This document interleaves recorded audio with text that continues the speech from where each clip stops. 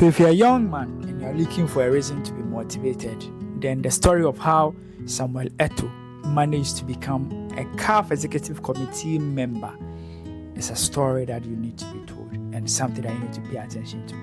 If you are looking for the greatest motivation ever you can find on the internet, then this video is for you. My name is Delali Frankie. Welcome to ETO'O Soccer. Today we're going to talk about how Samuel Eto'o managed to become a CAF Executive Committee member.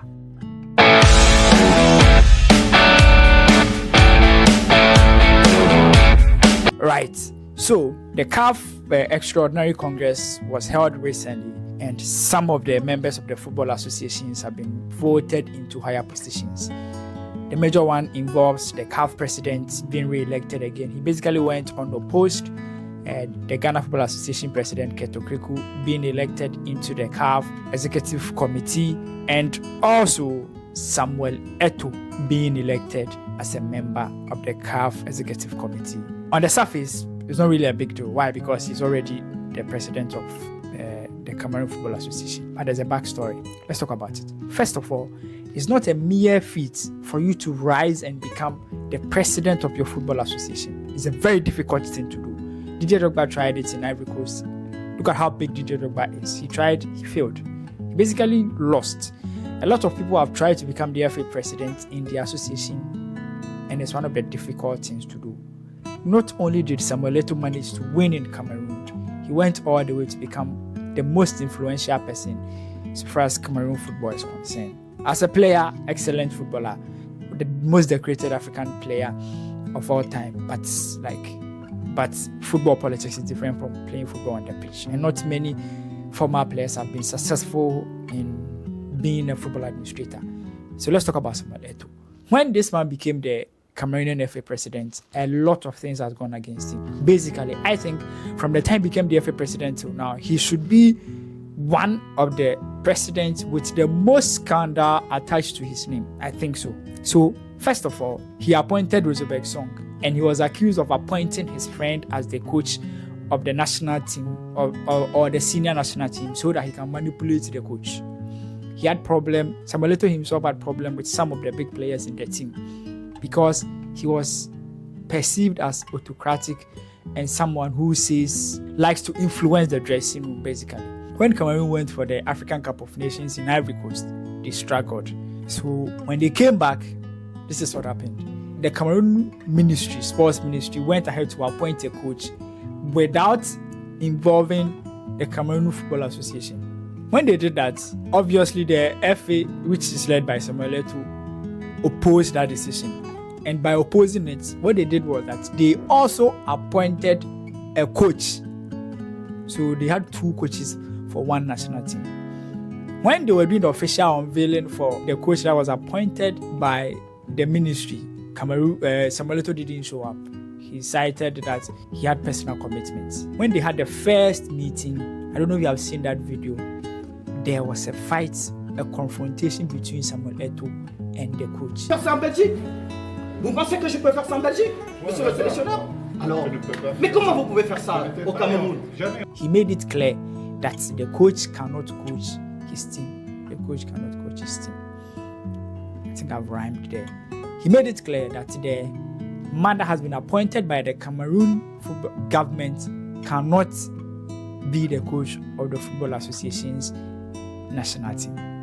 They didn't listen to him. So they went ahead and named a squad, two separate squads, went for training session, and the FA, led by Samuel Eto'o, decided not to give them jerseys to train.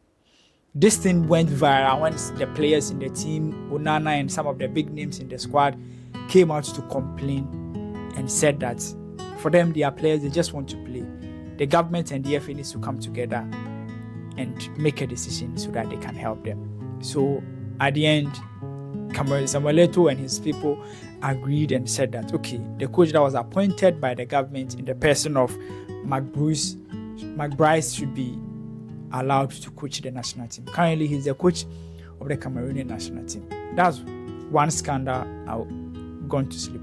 The other one was that Samuel Eto'o was accused by his own executive.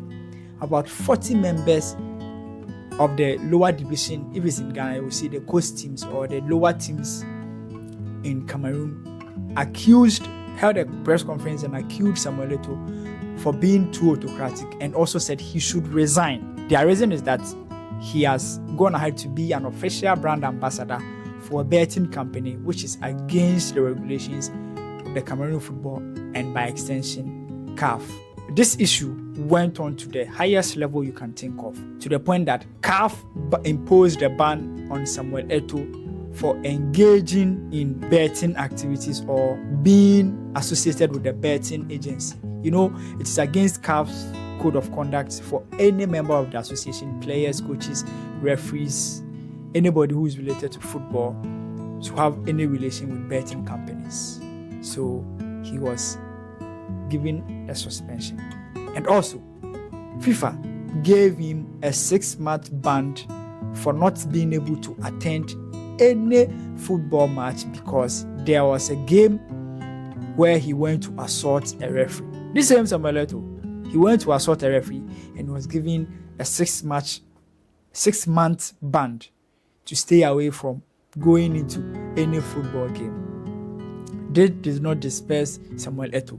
He went ahead to file for, when the CAF Executive Council position came, Samuel Eto'o, with all these things around him, went ahead to file for the position, bought the forms, and wanted to vie for the position as the rep on the CAF Executive Committee for Central Africa.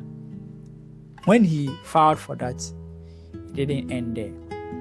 CAF disqualified him on the basis that he has been suspended and is under suspension, so he does not qualify to hold any position or stand for that particular position. Eto'o said no to it and took the matter to CAS. CAS is the Court of Arbitration for Sports. That is the arbitral body so far as football is concerned. You can't take football issues to court, you can take it to CAS. When Samuel Eto'o went to CAS, he made a case for himself, and guess what? He was cleared in March that he can go for the election. So CAS cleared him and said there's not enough evidence for CAF to disqualify him. That means that he can go ahead and stand for the election. Today, which is March 12, the election was held, and Samuel Eto'o, guess what? He won and became a rep for Central Africa on the CAF Executive Committee. Look at this. He appointed a coach. He was accused by his own people as autocratic. His members said he should resign. He was banned by CAF and FIFA for misconduct. He appealed. He was disqualified by CAF. He appealed the decision. He stood the election and won. See, Samuel Eto'o is a very strong guy in football.